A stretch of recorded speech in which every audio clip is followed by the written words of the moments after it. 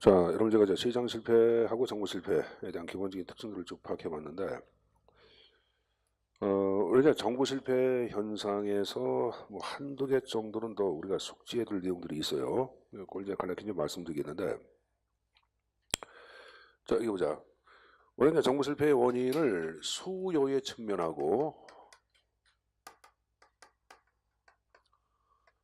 공급의 측면으로 나눠서 정리하기도 합니다. 하는데, 일단 교재에 나오지 않은 내용과 하나가 뭐가 있냐면 수요의 측면이 과부하 민주주의라는 게 있어요. 뭐가 있다?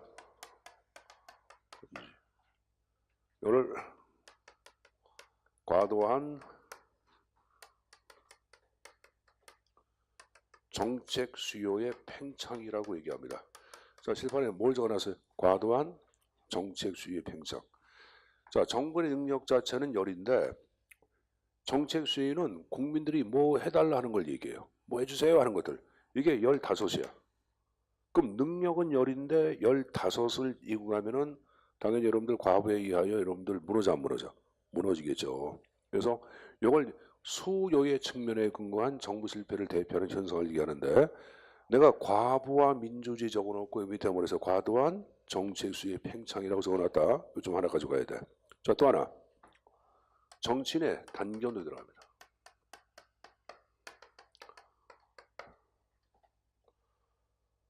아까 단견 자체를 얘기할 때 여러분들 단기하고 장기 나눠서 얘기했어요. 그렇죠. 야, 저 사람 뽑아주면 당장 이런 거 주는구나 하고 우린 어떤 수요가 만들어져 안 만들어져? 만들어지겠죠. 그래서 지금 얘기하고 있는 요 정치의 단경 같은 경우도 수요 측면을 대표하는 정부 실패 현상을 보시면 됩니다. 여러분. 그래서 일단 수요 측면을 대표하는 거 두 가지 형태 일단은 꼭 가져가십시오. 알았습니까? 그리고 공급의 측면을 대표하는 것은 뭐가 있냐면 산출물의 무용성.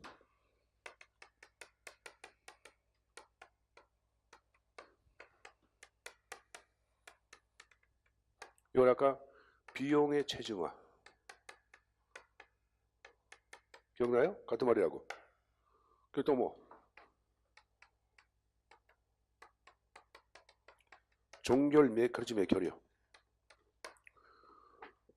이름은 공급의 측면에 근거한 정부 실패 현상을 대표한다.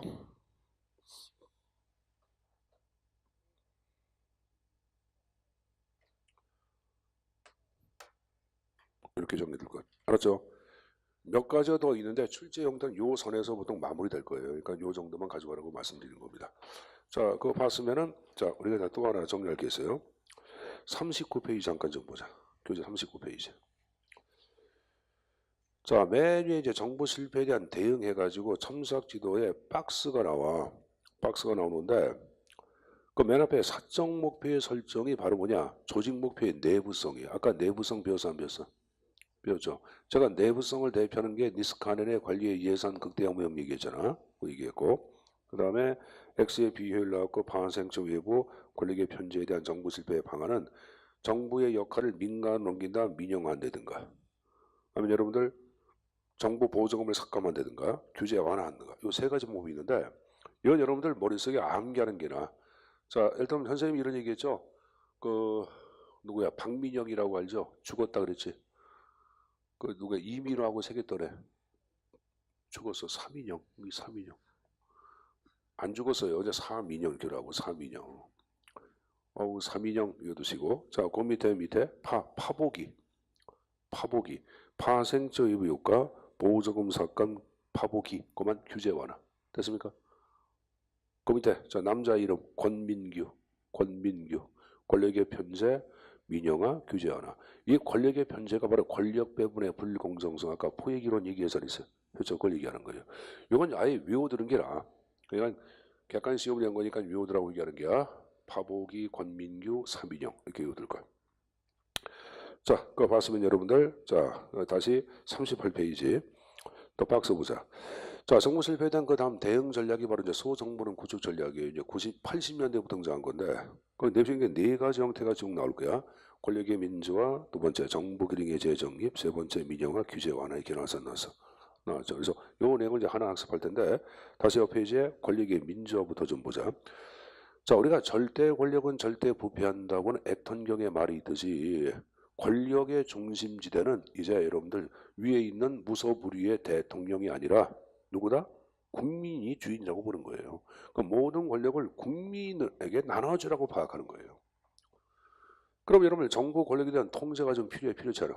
필요하죠. 그래서 그 통제를 대표하는 거 1번, 2번, 3번 나왔는데 이거 앞으로 다 배울 거예요. 뭐 1번은 뭐 시민 통제, 민중 통제, 2번을 입법 통제, 사법 통제, 3번을 뭐 행정 자율적인 통제 이렇게 배우는데 나중에 배워요, 여러분들. 알았습니까? 그럼 두 번째 행정기능의 재정립이 나와. 자, 우리가 이제 소정부, 작은 정부를 구인한다고 해서 정부의 모든 역할을 민간으로 넘기냐? 그건 아니죠. 정부가 할 일이 있고 민간이 할 일이 있어 없어? 있죠. 그럼 무엇이 정부가 할 일이고 무엇이 민간이 할 일인지를 알아보는 검증 절차가 있습니다. 그것은 소위 마케팅 테스트, 시장성 검증 절차라고도 얘기합니다. 시장성 검증 절차. 그럼 이 시장성 검증 절차의 개념 정의하는 게 국어 문제 한번 나왔어서 자 그럼 어떻게 하는지 보자. 자 여러분 한 장만 넘겨보세요. 그림 나왔죠. 행정의 재정립해서 자 질문을 던지는 게 먼저 반드시 필요한 업무인가 하고 질문을 던져. 노 그러면 과감히 폐지하면 돼 안 돼? 되겠죠? 근데 그 밑에 예스로 나왔어. 그럼 다시 질문을 던져. 그렇다면 정부의 책임으로 해야 하는가 하고 질문을 던져. 옆에 노 그러면 민간의 책임으로 민영화시키면 되겠죠. 근데 만약에 야 정부의 책임으로 해야 돼. 예스라 그랬어요. 그럼 다시 질문을 던지는 거야. 그렇다면 정부가 직접 수행해야 하는가 하고 질문을 던져. 노 그러면 계약에 의한 민간 위탁 방식을 취하면 돼 안 돼? 되겠죠. 근데 만약에 예스라 그랬어요. 야 정부가 직접 수행해야 돼. 근데 질문을 던져. 야 공기업 방식으로 할 것인가 하고 질문을 던져. 노 그럼 여러분들 책임 집행기관 방식을 쓰면 되는 거예요, 여러분들. 그러니까 책임 집행기관하고 공기업 가운데 공공성의 성격이 보다 강한 것은 뭘까? 책임 집행기관이에요.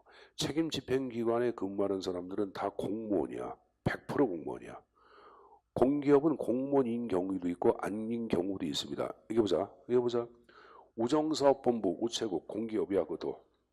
그럼 우정사업본부에 근무하는 사람들은 공무원이야, 공무원 아니야? 공무원이죠. 근데 공기업 가운데 한국철도공사, 코레일에 근무하는 사람은 공무원이 아니야. 그들은 민간 사원이야. 그럼 공기업 가운데는 공무원인 경우도 있고 아닌 경우도 있어. 근데 책임 운영 기관은 100%다 뭐냐 여러분들 공무원이에요. 이게 보자. 여러분 특허청 들어봐서 안 들어봤어? 특허청 책임 운영 기관이야. 거기 근무하는 사람들 특허청 공무원 100% 공무원이야. 여러분들 국립중앙극장이라고 있어. 남산 중턱에 서울. 그거 책임 운영 기관이야. 거기에 근무하는 사람들 100% 공무원이야. 서울시가 운영하고 있는 책임 운영 기관이 있어요. 역사박물관. 역사박물관 근무하는 사람들 100% 공무원이에요, 여러분들. 그러니까 여러분들 책임 운영 기관은 당연히 공기업보다는 공공성의 성격이 강한 거예요, 여러분들. 그래서 이것이 지금 얘기한 식으로 바라보다 시장성 검증 절차를 쭉 얘기한 거예요. 아직까지 절차 순서를 묻는 문제는 안 나왔습니다. 그러니까 시장성 검증 절차가 무엇인가 이 개념만 정리하는 게 시험 문제 나왔었는데 지금 얘기한 이 절차를 이렇게 해놓고 위에서 의미하는 건 무엇인가 이렇게 시험 문제 나왔었어. 그러니까 나중에 여러분들 절차를 좀 가져가면 좋을 거예요. 지금은 그냥 흐름만 좀 파악해두고 그게 시장성 검증 절차다라고만 이해될 거야. 자, 봤습니다. 쌍가로 3번에 민영화가 나오고 있어요. 자, 민영화를 얘기할 때는 정부의 소유권의 전부 또는 일부를 민간으로 이전하는 것을 민영화라고 언급을 합니다.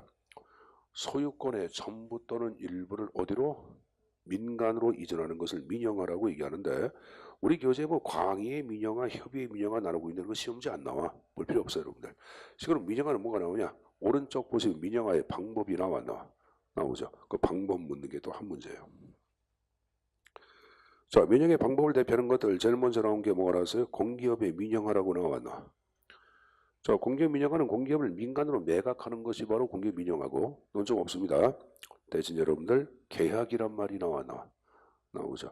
이건 계약에 의한 민간 위탁을 얘기하는데 자 A번 나온 거 보자. 정부가 필요로 하거나 공급해야 할 제어나 서비스를 계약에 의하여 민간에서 공급하는 것들 지금 얘기한 기약을 얘기하는데 여러분들 우리나라 같은 경우에는 아예 정부 조직법 제6조에 민간 위탁에 대한 여러분들 내용이 법적으로 아예 규정이 되어 있습니다. 두 장을 넘겨보세요.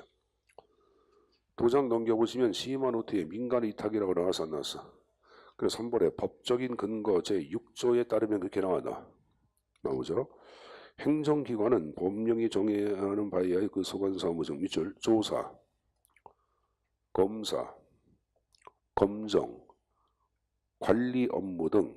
자, 그 다음 나온 거 보자. 국민의 권리 의무와 직접 관계되지 아니하는 사무. 국민의 권리 의무와 직접 관계되지 아니하는 사무를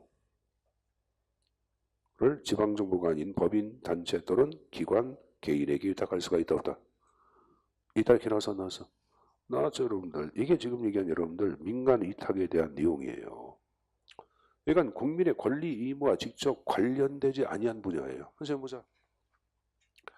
예를 들어서 여러분들 교도소, 교도행정, 국방행정은 국민의 권리와 의무 자체를 제약하거나 부과를 해야 돼. 하잖아. 의무를 부과하거나 권리를 제약하는 거 아니야. 그럼 이런 것들은 민간 위탁으로는 바람직하지 않은 거예요. 뭔지 알았습니까? 그럼 다음성 민간 위탁으로 바람직하지 않은 거 1번 교도행정 몇 번? 1번이 되는 거예요. 선생님 보세요. 선생님 보세요. 그럼 이제 조사, 검사, 검정 관리 업무 뭐가 있습니까? 자, 여러분들 자동차 검사하는 거 있죠? 장사 검사 자체를 얘기하는 국토교통부 산하에 있는 교통관리공단만 하는 게 아니에요, 여러분들. 잘 아시다시피 요새 뭐 1급 공업사 거기서도 해야 돼. 하잖아요, 여러분들. 검사하잖아. 자, 또 하나. 또 저거야. 검정 업무. 여러분, 행정사라고 하는 자격증, 그냥 공인중개사는 자격증이 있잖아. 워낙 이것은 여러분들 국토교통부가 관장하고 있는 자격증인데 그 관장 시험을 국토교통부가 주최하는 것이 아니라 한국산업인력관리공단이라고 하는 민간 조직이 있어요. 민간 조직한테 위탁을 주고 있어요. 이 바로 검사야, 검사. 아니, 검정. 알았습니까? 사실 예증을 들었잖아요. 그런 분야 자체에 대해서 민간 위탁하도록 되어 있습니다. 이건 좀 숙지해서 가지고 가야 되겠지.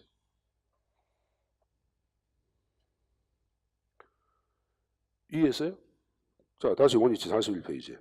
그래서 계약 방식에서 여러분들 거기 ABCD D번 나온 거 우리나라 정보조직법에서도 시민의 권리 의무와 관련된 업무는 민간 위탁 방식으로 제한하고 있다. 이렇게 나왔고 거기 그 밑에 느낌표 교도행정은 민간 위탁 방식으로 적합하다. O야 X야. X로 돼 있잖아요 여러분들. 그러니까 이건 좀 별도로 좀 하나 좀 가져가야지. 됐습니까? 자, 봤으면 여러분들 다음 페이지 보조금 방식을 보겠습니다. 자, 보조금 방식은 정부가 보조금을 주어 민간에서 공공부문의 기능을 수행하게 하는 것, 이 바로 보조금 방식이야. 근데 보조금 방식 자체를 얘기할 때는 여러분들 그 B번 표현이 중요합니다. 서비스 요건을 구체적으로 명시하기 곤란하거나 구체적으로 명시한다는 것은 구체적인 금액으로 여러분들 표시하기 어렵거나 이렇게 상관없어. 그러니까 여러분들 현실 보자. 사실 여러분들 아동들을 교육하거나 각종 여러분들 교육산업 같은 경우에는 교육을 200만 원, 300만 원치 했다고 이게 표현하기가 좀 어려워. 어렵지 않아? 대학교 등록금 있잖아. 학원에 등록금 있잖아. 금액이 표시하기 어려워. 어려워요. 여러분 보자. 학원 자체에 뭐 1년 얼마 뭐 해가지고 뭐 한 달 얼마, 두 달 얼마 그런 거 하잖아요, 여러분들. 그걸 이제 금액으로 표시가 쉬울 거 어려울까? 그러니까 어려운 거예요. 그 어려운 거예요. 그리고 이 보조금 분야는 많은 사람이 소비를 좀 장려할 분야. 그 많은 사람 교육받으면 좋아 안 좋아? 좋잖아요 여러분들. 거기 인적 서비스 분야에 거기 봐봐. B번에 계속 소비가 장려될 분야, 인적 서비스 분야. 그래서 거기 사립학교나 다우셀의 보조금, 민간단체 환경부 등 보조금, 내가 환경 보호 캠페인 뭐 10,000원어치 했다 이렇게 얘기하기 어려워요. 그래서 구체적으로 여러분들 그 서비스 요건을 명시하기가 어려워. 어려운 거예요. 이러한 분야에 대해서 많이 쓰는 것이 바로 보조금 방식이에요. 알았습니까? 됐습니까? 자, 그 밑에 여러분들 면허 허가 방식. 프랜차이즈예요. 프랜차이즈는 자, A번 표현 잘 보자. 일정한 구역 내에서 특권을 부여받은 민간 조직이 서비스를 생산 공급해 하는 방식, 이 바로 허가 면허 방식이야. 일정한 지역 내에서 특권을 부여받은 민간 조직. 자, 프랜차이즈 사업은 국내에도 많이 있잖아요, 여러분들. 선생님 보자. 선생님 예를 들어서 버거킹 같은 여러분들 하고 싶다. 그럼 함부로 못해. 못합니다, 여러분들. 국내 한국 지사에다가 여러분들 내가 하고 싶다고 신청서를 내야 돼. 요새는 버거킹 같은 경우에도 보니까 자사가 집적하는 경우가 많어. 주는 경우도 없어. 요새는 많이 좀 바뀌었어. KFC 통닭을 옛날에 좀 하려고 했는데 그거 못해서 이제 못하는데 뭐 여러 가지 요거 있는데 요새 그 통닭은 좀 덜 먹어. 그 통닭은 이제 덜 먹고 요새 이제 닭의 형태도 먹는 걸 좀 바꿨어요. 튀긴 통닭이 아니라 굽는 통닭 형태로 바꿨어요. 굽네 치킨 그런 거. 그래 여러분들 저것도 난 그게 싼 통닭 처음 봤는데 무슨 통닭이 싸더라고 8,500원 체인점이던데. 네? 떠보기 말고 또. 네? 치킨 말은 아닌데. 무슨 치킨이라 무슨 뭐 치킨인데? 글자가 똑같은 글자가 두 번 들어가는데. 아 근데 그 통닭 거기에서 뭐냐면은 그 포장하면 싸는데 구워서 나오는 통닭인데 굽네 치킨하고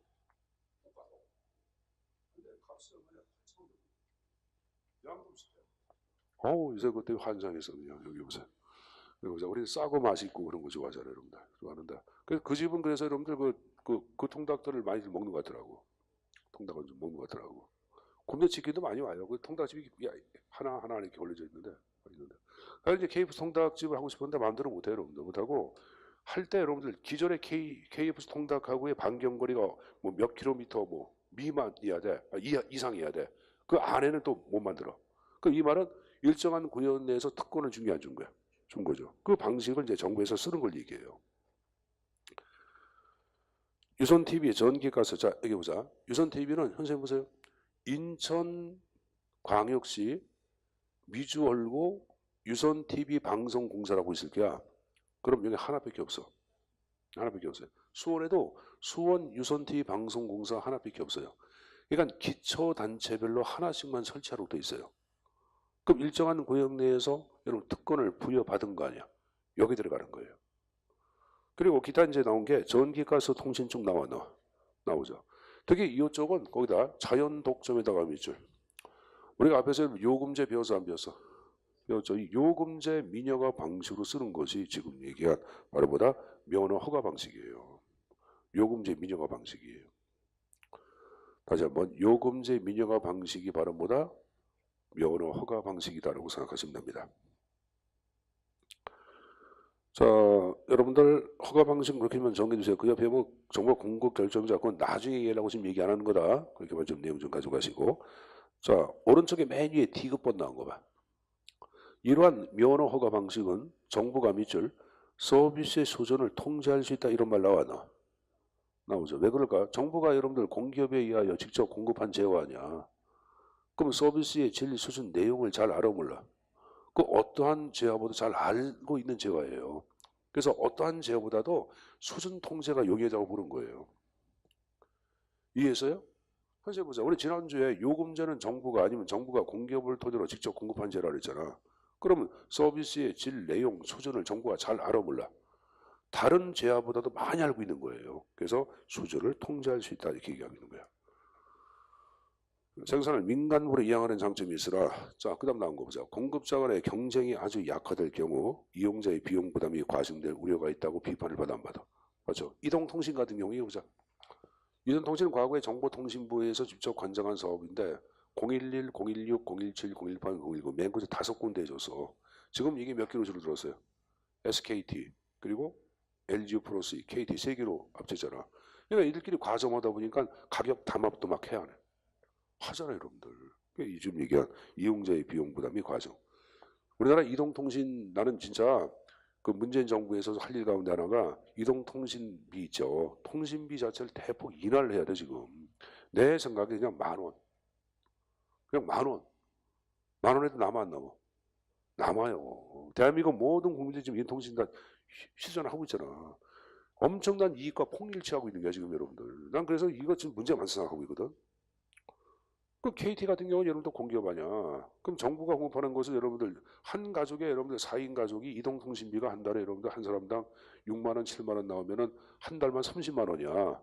그럼 월급 300만 원 받아고 10분의 1이 뭐로 나가는 거야? 통신비로 나가는 거야. 이게 이상한 나라지. 진짜 이상한 나라예요. 그러니까 이게 이동통신은 이제 물과 같이 물 전기 같이 바로 우리가 호흡하는 공기야. 그럼 이러한 여러분들 제와 같은 경우에는 정부가 지금 얘기한 식으로 가격 자체는 엄청난 제한이 필요해요, 여러분들.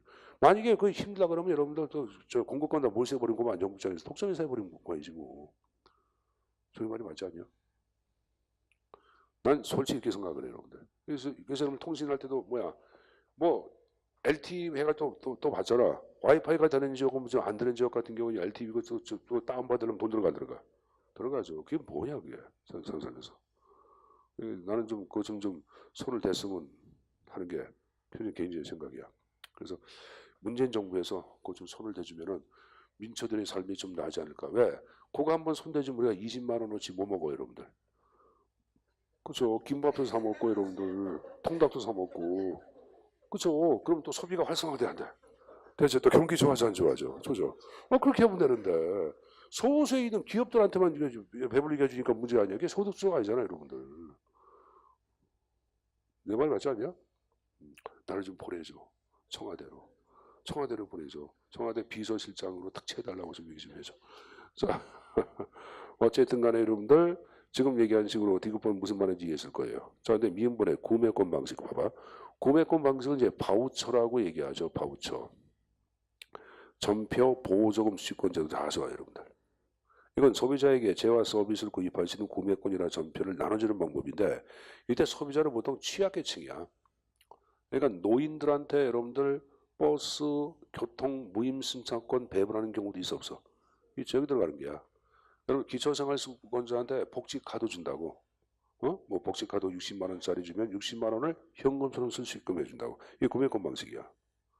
그래서 여기 두 번째 줄 끝에 대중교통 이용권, 식품 구매권, 학교 등록권 등 특정 계층의 소비자에게 그들이 원하는 서비스를 구매할 수 있도록 구매권을 제공하는 방식을 얘기합니다. 이번에 구매권 방식이에요. 자, 근데 구매권 방식은 선생님 보자. 선생님 보세요. 자, 예를 들어서 여러분들 쌀 구매권을 기초생활수급권자한테 나눠줬어. 그러면 이제 이 사람은 쌀 가게 가가지고 여러분들 쌀을 사는 거예요. 그럼 이 말은 뭐냐? 정부가 직접 쌀 가게를 만들고 직원 뽑아서 운영할 필요가 있어 없어? 없지. 그럼 정부는 그만큼 비용 절감, 효율성 제고에 기여해야 안 해? 기여하는 거예요. 잘 들어봐라. 동시에 없는 자를 위한 정부 정책이 들어가 안 들어가? 들어가는 거예요. 그 없는 자를 위한, 약자를 위한 정부의 역할, 이걸 강조한 것을 보통 형평성이라고 얘기해. 근데 하나 유의할 게 일반적으로 행정학이나 사회과학은 한쪽을 강조하는 한쪽은 좀 경실해. 그럼 물어볼게. 민영화시키는 것은 큰 정부야, 작은 정부야? 작은 정부죠. 그럼 작은 정부 할 때는 제일 먼저 삭감되는 분야가 바로 뭐냐? 복지 분야야. 이 복지와 관련된 이념이 바로 형평성이야. 약자를 위한 재화의 공정한 배분, 이게 바로 형평성인데, 그러면 민영화 자체를 하면은 복지와 형평성은 중시할까 경시할까? 경시하겠죠. 민영화를 강조하면 효율을 강조해. 그래서 일반적으로 민영화는 형평을 저해해. 근데 예외적으로 지금 배우고 있는 바우처는 효율과 형평을 지금 얘기한 식으로 동시에 추구하는 특징이 있습니다. 두 마리의 토끼를 동시에 잡을 수 있다고. 거기 구매권 방식 보시면은 다섯 번째 줄 효율성과 형평성 동시에 구현 밑줄. 됐습니까? 그거 좀 가지고 가야 되겠고. 그 다음에 빈곤 계층을 위한 재분배적 정책수단 역할도 해야 하네. 하죠, 여러분들. 그러나 10번에 단점이 있어요. 서비스를 타 용도로 노출시킨다는 단점도 내포되어 있다. 이렇게 얘기합니다. 자, 서비스를 타 용도로 노출한다. 선생님 보자. 자, 요 방식은 이제 다른 걸 얘기하는 것이 아니라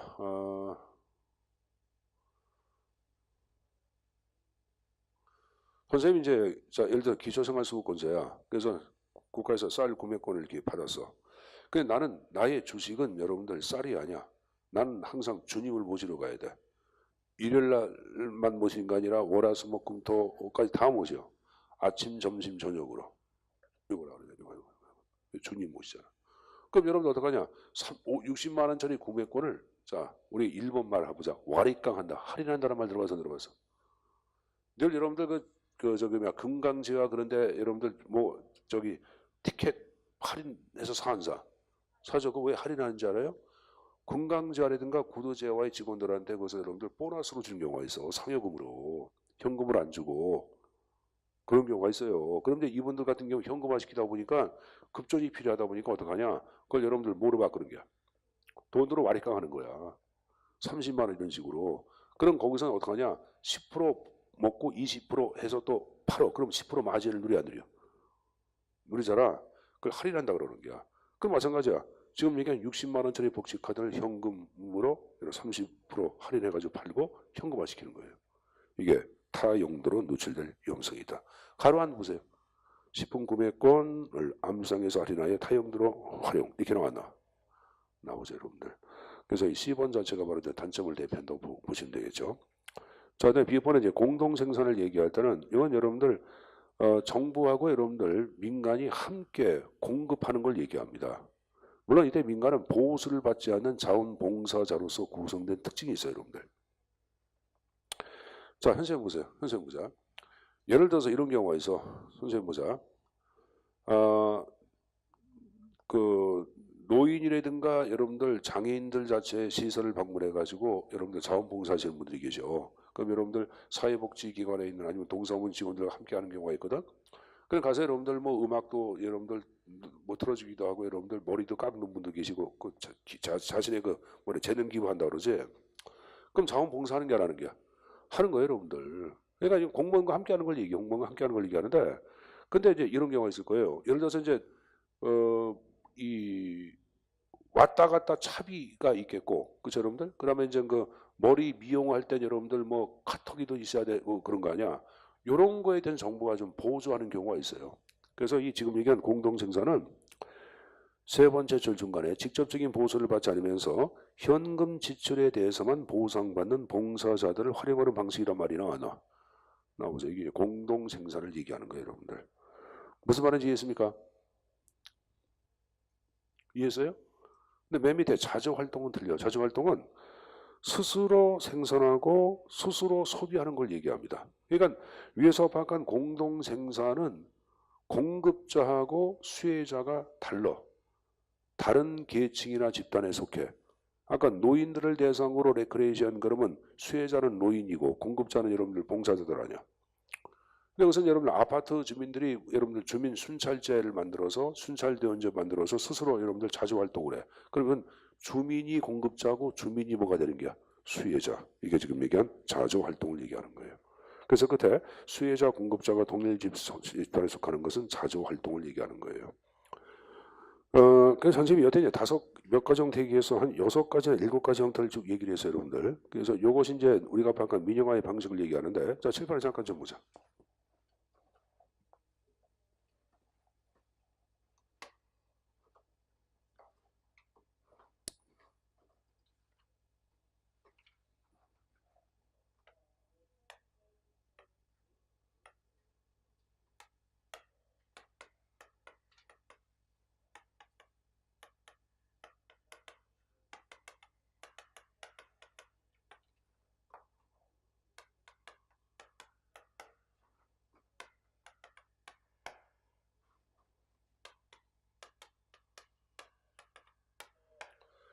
자, 이것은 이제 사바스라는 사람이 있어요.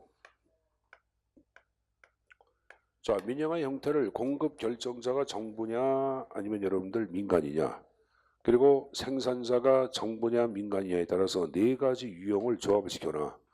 그래서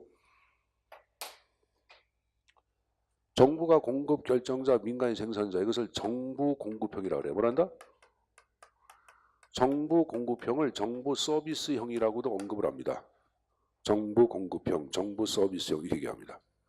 그 다음에 이쪽을 뭐라냐? 민간 공급형이라고 얘기합니다. 뭐란다? 민간 공급형. 그러면 저 정부 공급형 자체를 얘기할 때는 일반 행정 분야 들어가는 거예요. 일반적인 행정은 다 여기 들어가는 거예요. 그리고 책임 경영 방식이에요. 뭐가 있다?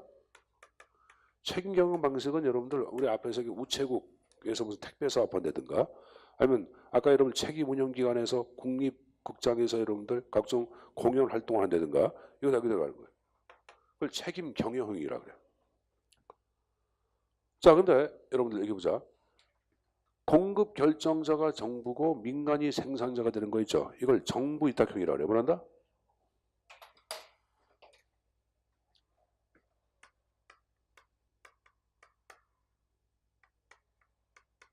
아니 미안합니다. 민간 위탁형. 아유 그럼니다. 민간 위탁형이고 요게 공급 결정자가 민간이고 정부가 대신 생산해서 이것을 이제 정부 위탁형이라고 그래. 민간이 정부한테 대신 해주세요 이렇게 얘기하는 거야. 이걸 정부 위탁형이라고 그래. 민간이 정부한테 해달라고 얘기하는 거야. 그러면 여기 보자. 이 민간 위탁형을 대표하는 것은 세 가지가 있어요. 우리 배운 것 중에서 계약 방식, 그리고 보증금 방식, 그리고 면허 허가 방식, 프랜차이즈. 요 세 가지가 지금 그러니까 민간 위탁형을 대표해요.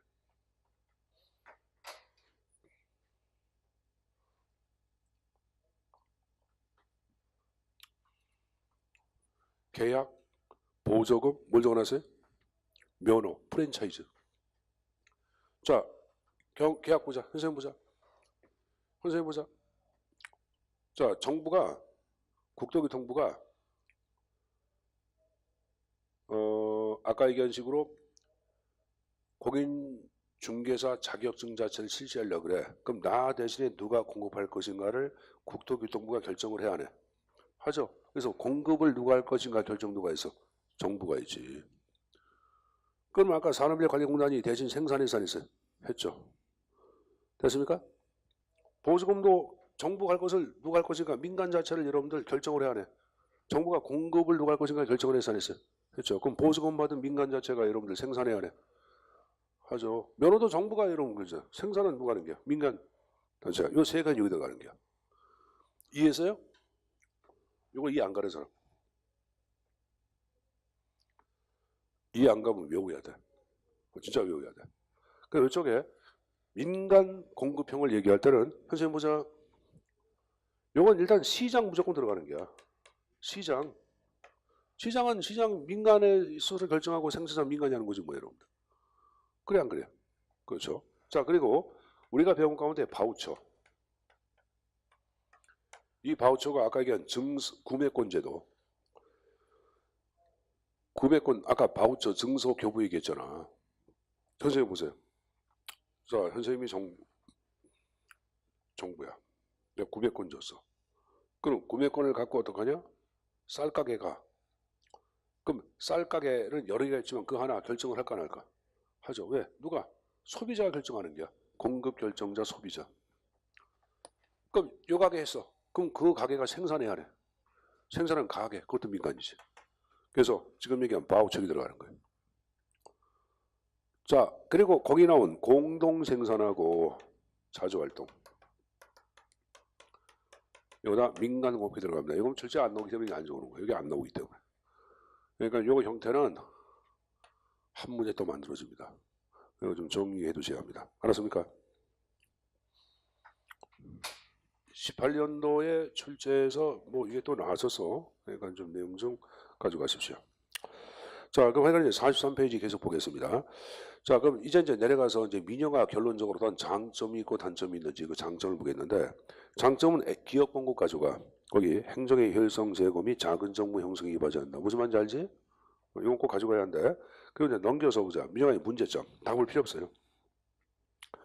자, 문제점에서 꼭 가져갈 게 책임 전가란 말이 나와. 민간으로 책임을 전가한다고 하면 문제점이 내부되어 있고 옆에 행정의 모조에 형평성을 저해합니다. 항상 검의 양날 얘기했잖아. 선생님 보세요.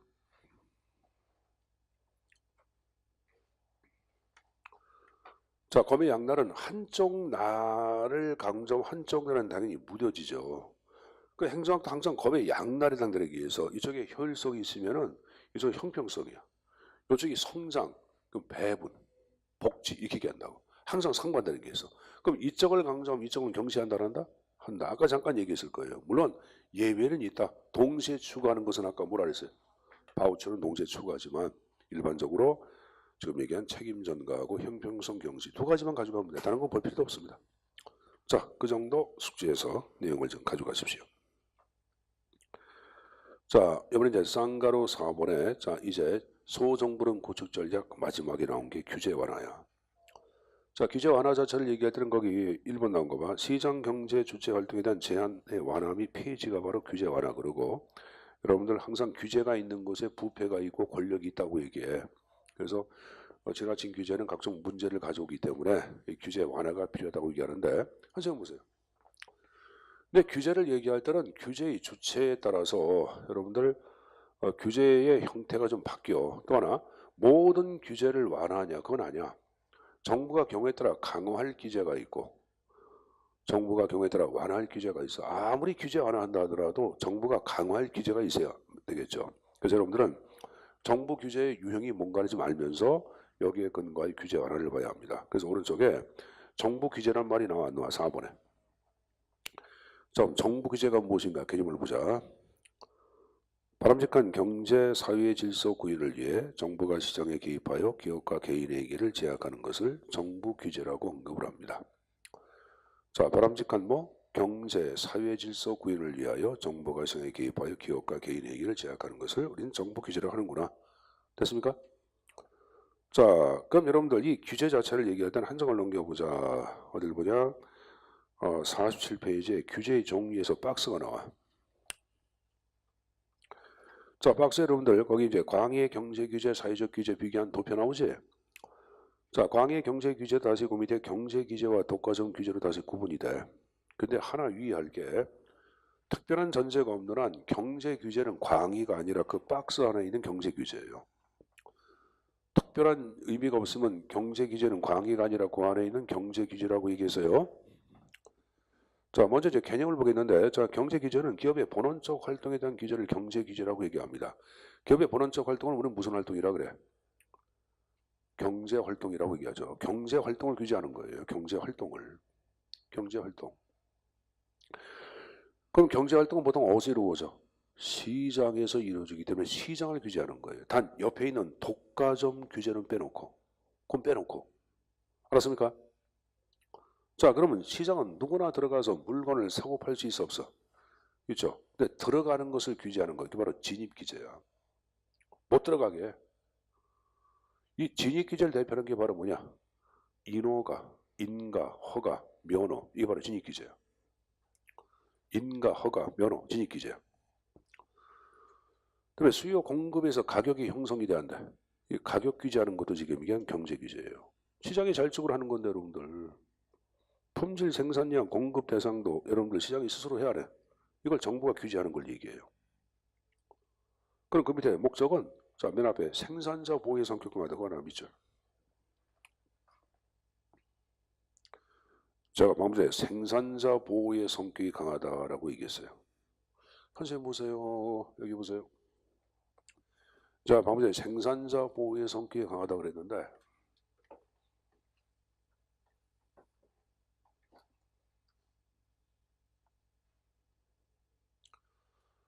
자, 여기 보자. 국내에 있는 자, 인천에 있는 학원, 고시학원을 보호하기 위하여 고시학원 반경 5km 내에는 다른 고시학원 설치를 못하게 했어. 그럼 기존에 어딜 보호해 주는 게? 고시학원 생산자를 보호하는 게 하는 게 하는 거지. 자, 여기 보자. 국내 전자회사 생산자죠. 이를 보호하기 위하여 외국의 전자제품 국내 유입을 차단해서 높은 관세 장벽을 설치해서 유입을 차단했어. 그럼 이것도 생산자 보호 성격이 강해 안 강해? 강하죠. 그럼 여기 있는 고시학원이라든가 이쪽에 있는 여러분들 전자회사는 이러한 규제가 있는 게 좋아 없는 게 좋아? 있는 게 좋지. 그러면 정부를 대상으로 로비해야 하네. 돈 매기고 여러분들 신사임당 갖다 주고 율곡 갖다 줘 안 갖다 줘? 갖다 주죠. 그럼 돈 받아 먹었으니까 어떡합니까? 이러한 규제를 계속 만들어져 안 만들어져? 만들어져. 돈 받아 먹은 것을 아까 뭐라 그랬냐? 포획이라고 배워서 안 배웠어? 배웠죠. 그래서 거기 맨 밑에 포획 현상 발생한다 한다? 한다 이런 말 나온 거예요. 맨 밑에. 박스 맨 밑에. 이해했어요? 컨셉 보세요. 그럼 여러분들 얘기해보자. 인가하고 면허는 잘 들어보자. 경쟁을 활성화하는 게야 경쟁을 제한하는 게야? 제한하는 거죠. 그럼 경쟁을 제한한다는 것은 스미스가 얘기한 시장 경제 원리하고 충돌이 돼야 돼. 되죠. 그래서 거기 개별 여러분들 규제 대상의 개별 산업 나왔고 그 밑에 시장 경쟁 제한이란 말이 나온 거예요. 그러니까 여러분 선생님 보자. 이 경제 규제는 사실 그러면 일반적으로 좋은 거야, 좀 안 좋은 거야? 안 좋은 거예요. 아까 돈 매기고 부패 발생하고 안 좋은 거 아니야. 그럼 오늘날 우리가 규제 완화를 얘기할 때는 보통 이 경제 규제 완화를 일단 의미하는 거예요. 알았습니까? 일단은 뭐에 완화를 의미한다? 경제 규제 완화를 일단 의미한다. 일단 하나 좀 가져가시고, 자 옆에 독과점 규제. 이건 독점이라 과점을 규제하는 거고, 불공정 거래. 불공정 거래는 여러분들 갑질하는 걸 얘기합니다. 독점적 주의가 갑질하는 것들 얘기하는 거예요. 하청업체한테. 그다음에 종류, 시장 지배적주의의 남용금지, 독점적주의 남용금지하는 것들, 합병 못하게 하는 것들, 부동산 공동이 과점해가지고 가격 담합 그런 거 해야 하네. 하잖아요, 여러분들. 불공정 거래 행위 금지하는 것들. 목적은 지금 얘기한 게 쭉 나왔어요. 자, 현재 보세요. 하나 물어볼게요. 독점이나 과점을 규제하는 것은 경쟁을 활성화하는 게야, 경쟁을 제한하는 게야? 활성화죠. 왜 독점 못하게 하고 과점 못하게 하는 것은 경쟁을 활성화하게 한 거지. 그럼 스미스가 파악하고 있는 시장경제 원리 구현에도 참 이바지해야 하는 거고, 독과점 규제하는 것은 좋은 게 안 좋은 게야? 이게 좋은 거예요. 그래서 밑에 보시면은 모든 사업에서 한다 그런 말 나온 거고, 그 밑에 시장경쟁 창출이란 말이 나온 거예요. 자, 여러분 여기 보자.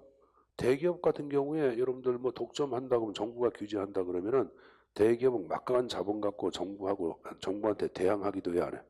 하죠. 그래서 맨 밑에 대립 규제기관과 피규제 산업 사이에 대립 문제도 발생한다 한다 그런 말을 쓰고 있는 거예요.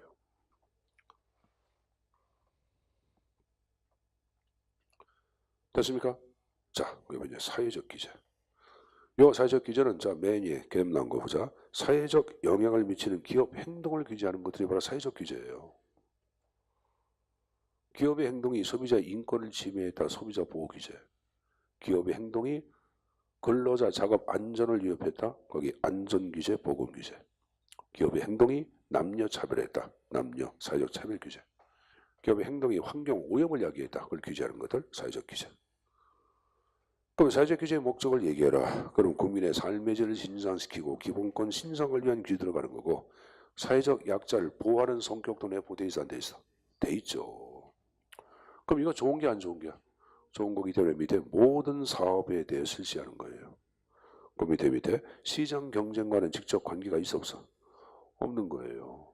근데 이 사회적 규제는 보통 시민단체, 뭐 환경단체, 아니면 여러분들 뭐 경실련, 소비자 보호단체 같은 개인이 아니라 사회 공익을 여러분들 추구하는 집단에서 먼저 문제가 제기가 돼야 한대. 그래서 맨 밑에 공익단체가 중요한 역할을 수행한다 그런 말을 쓰고 있는 거예요. 자, 그리고 밑에 세 번째 줄 역사가 나와.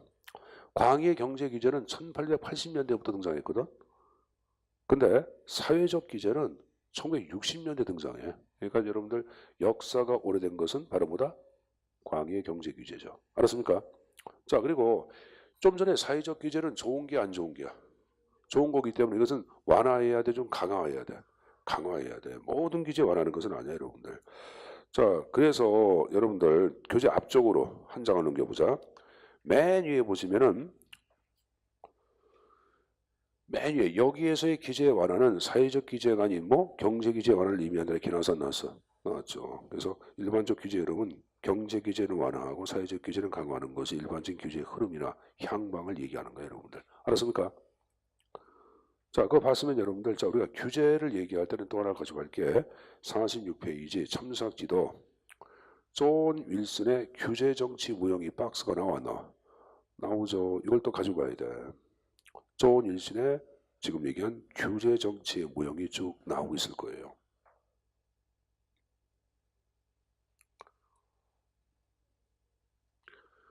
자, 윌슨은 여러분들 규제로 인해서 편익이 소수에게 집중되어 있냐, 다수에게 분산되어 있냐, 비용이 소수에게 집중되어 있냐, 다수에게 분산되어 있냐에 따라서 네 가지의 정치 유형을 제시해놓고 있다. 그 하나가 이집단 정치, 두 번째 운동가 정치, 세 번째 고객 정치, 네 번째 다수 정치에서 네 가지 유형을 제시해놓고 있다.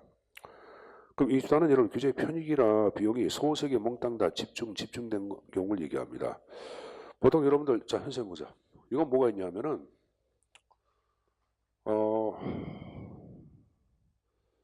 자, 이번에 여러분들 그 뭐야 그 다음이 아니라 뭐 카카오풀? 카풀 실시하고 여러분들 택시 회사가 여러분들 전면전 대립 관계가 형성된 거 아니야. 근데 이걸 여러분들 어느 쪽으로 정부가 한쪽에 손을 들었냐에 따라서 카풀하는 카카오 쪽에 이익이 집중, 비용이 아니면 여러분 이쪽에 한 집단은 또 비용 자체가 또 집중이 돼야 한다. 소수에게 비용이 집중되고 소수에게 편익이 집중되는 경우를 얘기합니다. 의약분업 법률을 정부에서 어떻게 개정하냐에 따라서 의사협회, 약사협회 한쪽은 이익, 한쪽은 여러분들 불이익이 발생해야 하네. 하죠. 그럼 이때는 말은 뭐냐? 이익을 받거나 불이익을 받는 집단이 주체가 돼가지고 정부한테 강력하게 로비도 하고 저항도 하고 대립의 각을 세워 안 세요? 세우죠. 그래서 이 집단 정치, 이익 집단이 주도가 돼서 정치가 이루어진다 그런 말을 쓰고 있는 거예요. 첫 번째 그 표현이에요, 여러분들. 특히 이 집단들은 그들의 이익 자체를 강화할 목적으로 구계자와 연합하는 특징이 있어요. 거기 이제 구계자와 연합한다 그런 말 나와 안 나와?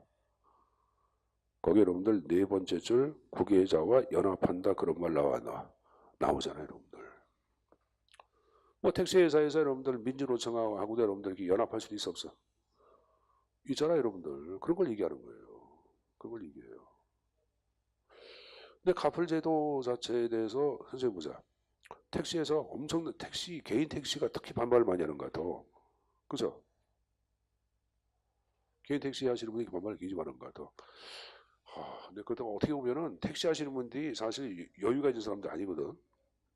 그러니까 이제 반발하는 건 이해하지만 또 한편으로 볼 때는 또 아닌 것 같기도 하고 그래 안 그래? 우리가 직접 판단할 일은 아니지만은 좀 그런 좀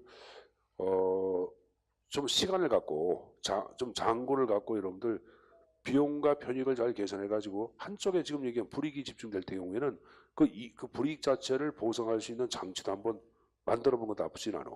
근데 이게 정부가 이게 탁상 행정하다 보니까 불이익 자체가 발생한 걸 보고 바로 여러분들 조치를 취해줘. 택시요금 인상에도 계속 데모를 해야 하네. 하죠. 그럼 택시요금 인상은 일반 시민들 엄청난 피해를 줘야죠.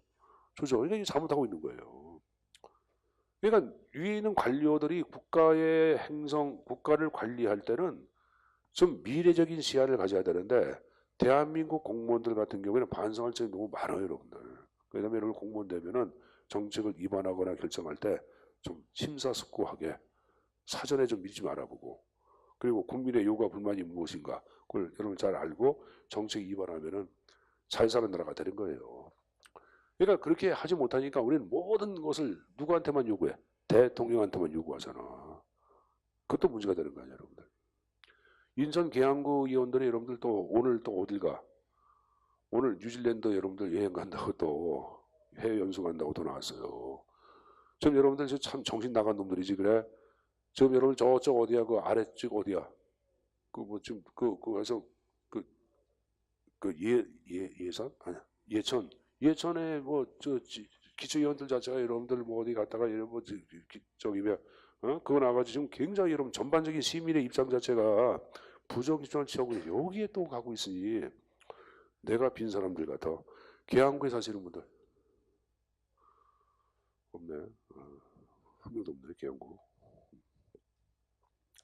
근데 이제 미절구 의원들은 간단한 얘기 없죠. 그런 것 같아요. 그 미절구 그 의원들은 그래도 생각이 있는 분들 같아. 자, 그분들. 그러니까 우리 봐봐. 우리가 내는 혈세가 여러분들 지금 써지는 거 아니야.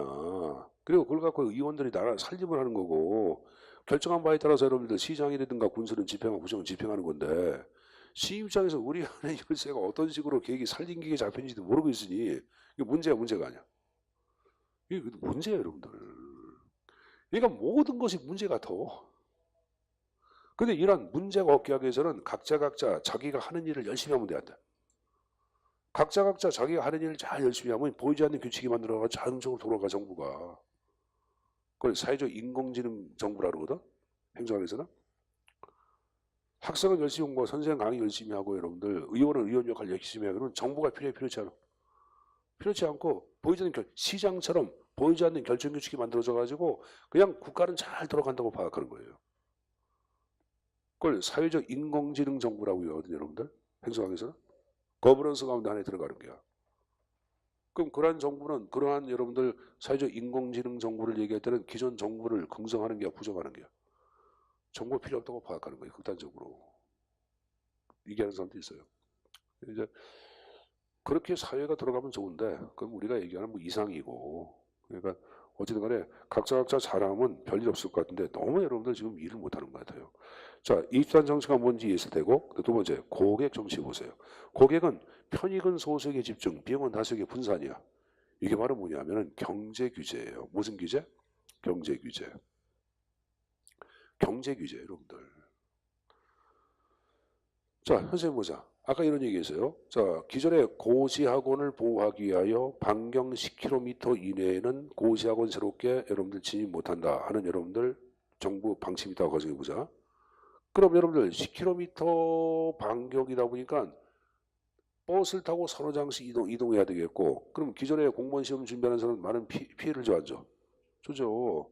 그럼 이러한 여러분들 것을 없애버리면은 아까 얘기한 식으로 지금 얘기한 식으로 많은 시민들한테 또 이익도 돌아가는 게 들어가는 게 10km의 금지 구간 자체를 해지해버리면은 공무원 시험 준비하는 많은 학생들한테 이익이 들어가겠죠. 대신 소수의 고시학원 자체 원장한테는 비용이 집중되겠고 그걸 얘기하는 거예요. 거꾸로 얘기했구나. 거꾸로. 자, 그러한 규제를 할 경우에는 소수의 고시학원 원장한테는 편익이 집중되겠고 그렇게 규제를 만들면은 이해했습니까? 규제를 푸는 것이 아니라 규제를 만들면은 다수의 수험생들한테는 비용이 분산되겠죠. 그렇죠?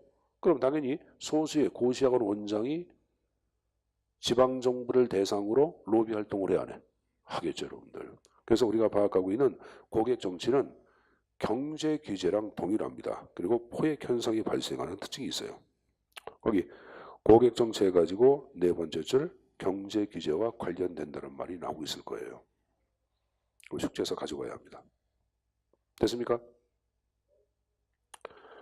자, 그럼 이제 기업가 정치는 이걸 운동가 정치라 그래요. 맨 위에 그림 보시면은 편익은 여러분들 다수에게 빈산, 비용은 소수에게 집중된 경우. 자, 여러분들 과거에 삼성전자에서 불소라고 하는 여러분들 오염물질을 배출했다. 이를 규제했다. 그럼 삼성전자 소수에게 비용이 집중이 돼야 안 돼. 되죠? 그럼 다수 시민들한테는 편익이 분산이 돼야 안 돼. 되죠? 그럼 이것은 자 여기 보자. 누가 보통 요구하냐? 누가 요구할까? 시민단체, 환경단체에서 요구를 해야 하네. 그럼 시민단체, 환경단체는 사회개혁을 주도해야 하네. 그 사회개혁을 주도하는 자들을 보통 우리는 기업가라고도 얘기해. 그래서 기업가가 중심이 된 정치, 사회운동가가 중심이 된 정치. 그래서 운동가 정치, 기업가 정치란 말을 쓰고 있는 거예요. 근데 이걸 얘기하니까 여러분들이 선생님 좀 전에 얘기한 고객 정치는 그 고객이 주도하는 거 아니지 않습니까? 그쵸? 근데 왜 고객 정치란 말 썼습니까? 여기 보자. 자, 정부가 있어요. 자, 이쪽에 고시학원. 그래서 여러분들 자, 돈 줬어. 학원연합회 그래서 돈 줬어. 그럼 정부 관료 입장에서 볼 때 이들의 이익을 보장해주는 진정한 현실적인 고객은 고시학원 원장이 아니야. 원장이지. 여기서 볼 때는 그래서 이들이 정치한다 해가지고 비유적으로 고객 정치란 말을 쓰고 있는 거예요. 그 말은 자 여기 보자. 국내 전자회사를 보호하기 위하여 외계 전자제품 차단. 그러면 자 전자회사 좋아 안 좋아? 그러면 전자회사 사장이나 회장이 여러분들 정부 당국을 대상으로 로비 활동을 해야 하네. 하죠. 그럼 정부 당국은 이들의 이익을 보장해주는 진정한 고객은 누구야? 여기 전자회사 사장들. 이들이 고객 아니야. 그래서 고객 정치란 말을 쓰는 거예요. 그 말 이해는 간주하고 기업가 좀 전에 얘기했는데 자 기업가 보자. 보자. 기업가는 그럼 보자. 삼성에서 그런 경우에 따라서 정부를 대상으로 로비 활동도 하는 경우도 있어 없어? 있어요. 그러면 우리가 파악하고 있는 기업가 정치에서도 포획의 가능성은 있다 없다? 그것도 있는 거예요. 없다고 볼 수는 없겠지. 그럼 포획됐어. 돈 받아먹었어. 엄격한 정책 집행이야 형식적으로 느슨하게. 그렇죠. 느슨하게. 그래서 거기 기업가 정치 보시면은 두 번째 줄 규제 대상 집단에게 포획될 가능성이 있다. 포획 결과는 몇 줄? 느슨한 정책 집행이란 말이 나오고 있을 거예요. 어떠한 집행? 느슨한 정책 집행. 보통 사회적 규제는 대부분 기업과 정치랑 관련됩니다. 자, 뭐는? 사회적 규제는 기업과 정치랑 관련되고 있다. 자, 이제 마지막 나온 게 뭐야? 대중정치, 이걸 다수정치라 그래요. 위에 그림 보시면 편익도 분산이고 비용도 분산이야. 그러니까 대중 한 사람 한 사람한테 느끼는 편익이나 여러분들 불이익은 별로 느껴지는 게 없어. 자, 이게 뭐가 있냐면 이게 지금 나온 거 봐. 뭐 사회적 차별에 대한 규제, 낙태 규제, 종교활동 규제, 음란물 규제 이렇게 나와서 안 나왔어. 나 선생님 보자. 음란물을 규제한다고 해서 일반 다수의 시민들한테 느끼는 편익이나 여러분들 불이익은 거의 있어 없어? 없어요, 여러분들. 낙태 규제한다고 대다수의 사람들한테 편익이나 애들 불이익 별로 없어요. 근데 만약에 TV에서 뭐 추정 60분이다, 카메라 출동이다, 이러한 여러분들 공익보도 프로그램에서 전국의 개인 산부인과 병원에서 낙태로 생명을 잃는 태아들이 1년에 예를 들어서 3만 명이다 보도가 나면 엄청나게 국민들한테 충격을 주죠. 그러면 이 충격을 받은 일반 대중이 정부를 대상으로 강력하게 이제 요구합니다. 그러지 말고 낙태 금지법 만들어줘 이런 식으로. 그럼 지금 얘기한 자 현생 보자. 대중들 자체를 자각시켜서 정치하게끔 한 것은 바로 뭐냐? 아까 공익보도단체 아니야? 그래서 여기 보시면은 대중정치에 보시면은 두 번째 줄 끝에 이 경우에는 규제의 필요성은 사익을 정하는 이익주단보다는 뭐 공익집단에 의해서 문제가 먼저 제기가 돼야 한다. 되고 아까 대중이 정치한다 그랬죠. 그래서 다수정치란 말을 쓰고 있는 거예요. 윌슨이 파악한 여러분들 이 규제의 정치의 유형도 출제 빈도가 굉장히 높아. 그러니까 네 가지 정도. 물론 이 가운데 고객 정치가 약 70%, 그리고 30%가 기업가 정치가 출제해 나왔거든요. 그래서 나머지 것도 가져가는 것이 안전합니다. 그래서 규제의 흐름 향방까지 파악해봤고, 자, 한 장을 넘겨보시면은, 자, 거기 여러분들 그 맨 위에 정부 규제의 문제점이란 말이 나오죠. 첫 번째 나온 게 아까 제가 이제 거기 관리업 부패의 가능성은 좀 전에 포획 현상 얘기해서 했어요. 했죠? 선생님 보세요. 선생님 보세요. 자, 우리 제인이 맞지? 선생님이 공무원이야. 제인이가 기업 운영해. 나한테 돈 매겼어. 내가 포획됐어. 그럼 나는 어떡하냐? 이게 보자. 제인 기업의 자리값을 도모해줘 안 해줘? 돈 먹었으니까 나한테 돈을 매긴 이 제인이한테 타잔 소개시켜 시켜줘. 좀 이상하다 여러분들. 이 자리값을 도모해줘 안 해줘? 자리값 도모하는 것을 지대추구라 그래. 그래서 보시면 기업의 지대추구 현상과 포획 이런 말 나왔죠? 그 지대추구하고 포획은 같은 말이에요, 여러분들. 학자들만 틀릴 뿐이지 같은 말입니다. 그거 가져가시고. 그 다음에 세 번째, 규제의 악순환이란 말이 나와. 규제가 규제를 만드는 걸 얘기해. 새끼치기 한다고 하죠. 그걸 규제의 피라미드, 규제의 새끼치기 효과, 그리고 규제의 끈끈이 인형 효과라고 얘기하는데, 자, 여기 끈끈이 인형 효과에다가 화살표 놓고,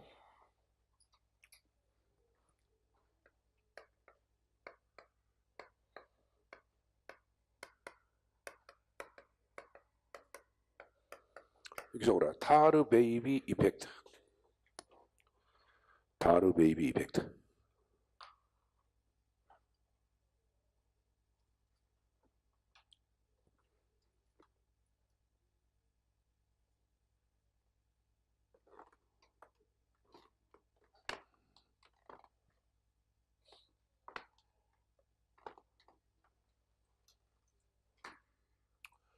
자, 현재 보자. 이건 이제 타르 베이비는 뭐냐면은 해리슨이라는 사람이 쓴 여러분들 소설에 보면은 사냥꾼이 토끼를 잡는데 어떻게 잡냐면은 목각 인형에다가 탈을 입혀. 어? 어? 어? 그럼 이 목각에 탈을 입히면은 진짜 토끼가 이 목각 토끼 자체를 진짜 토끼 친구로 착각을 해. 그래서 얘를 중심으로 이렇게 하면 모이던데. 저 새로운 놈이네 모이던데. 그래 토끼를 잡는 거야. 그러면 이때 목각 토끼 탈을 입힌 목각 토끼가 바로 뭐가 되는 게야? 규제야. 규제는 계속 규제를 불러들인다 그 말이에요. 그걸 끈끈이 인용 효과라고 번역하고 있는 거예요. 다르베이비 이펙트. 이거 여러분들 그 몇 년 전에 2년 됐나? 타르베 이펙트 끈끈이 효과 자체에 대한 개념 자체를 알고 있는지를 문제시키는 게 시험지에 나왔어. 그래서 이거 좀 가져가라고 얘기하는 거예요. 알았습니까? 그 규제의 풍선 효과에 다 같은 말입니다, 여러분들. 그래서 일단은 여러분들 그 지금 이게 두 가지 형태 정도만 좀 가지고 쌍그래프의 규제 개혁 방향은 아까 경제 규제는 완화하고 사회적 규제는 강화하자고 얘기 예선했어요. 했죠. 그리고 규제 절차 및 제도 개선하고 규제를 담당하는 행정 조직의 개선 등등이 다 필요하다고 보고 있습니다. 그래서 그 정도까지 내용 좀 정리해서 가지고 가십시오. 그래서 일단 여러분 2장 파트에 대한 내용은 여기서 마치겠습니다. 좀 쉬었다가 또 수업 진행하겠습니다.